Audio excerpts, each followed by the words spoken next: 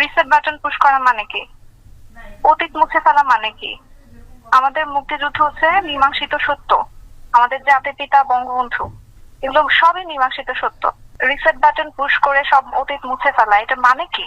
এটা তো তাহলে আমি তো মনে করি যে আসলে মুক্তিযুদ্ধের বিরোধী শক্তি আমাদের দেশে এখন গভর্নমেন্ট হিসেবে আছে। আমি হচ্ছে মুক্তিযুদ্ধের পক্ষের শক্তি। বাংলাদেশ দাঁড়িয়ে আছে 30 লক্ষ শহীদের রক্তের ওপর, ঠিক আছে? 30 লক্ষ শহীদের রক্তের বিনিময়ে আমাদের দেশটা স্বাধীন হয়েছে। এই 30 লক্ষ শহীদ রিসেট বাটন পুশ করলে কি এই 30 লক্ষ শহীদ ফিরে আসবেন?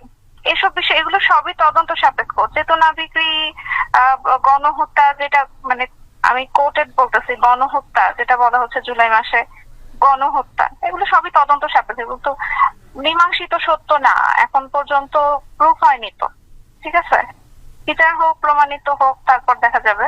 কিন্তু যেটা মীমাংসিত সত্য সেটাকে তো কেউ মুছে ফেলতে পারে না। আমার কথা হচ্ছে এটাই।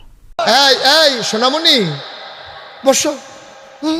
জান তুই টেকে এখন নতুন নতুন বঙ্গবন্ধু জাদুঘর হিসেবে যেটা পরিচিত ছিল, সেই জাদুঘরটিকে বিনষ্ট করা হলো 5ই অগস্টের পরে, এবং 15ই অগস্টের যে সরকারি শোক দিবসের ছুটি ছিল সেটাও আপনার সরকার বাতিল করলো, এবং বঙ্গবন্ধুর বহু ভাস্কর্য ভেঙে ফেলা হয়েছে। এ নিয়ে বেশ খানিকটা সমালোচনাও আছে। তো দীর্ঘদিন ধরে বাংলাদেশের জাতির জনক হিসেবে বঙ্গবন্ধু শেখ মুজিবুর রহমান স্বীকৃত, এ ব্যাপারে আপনার সরকারের দৃষ্টিভঙ্গি কি? আপনি পুরনো দিনের কথাবার্তা বলছেন, এর মধ্যে একটা গণ অভ্যুত্থান হয়ে গেছে, আপনার মধ্যে স্মরণে নেই। এর মধ্যে আপনি এমনভাবে কথা বলছেন যেন এইসব ঘটনা ঘটেই নেই।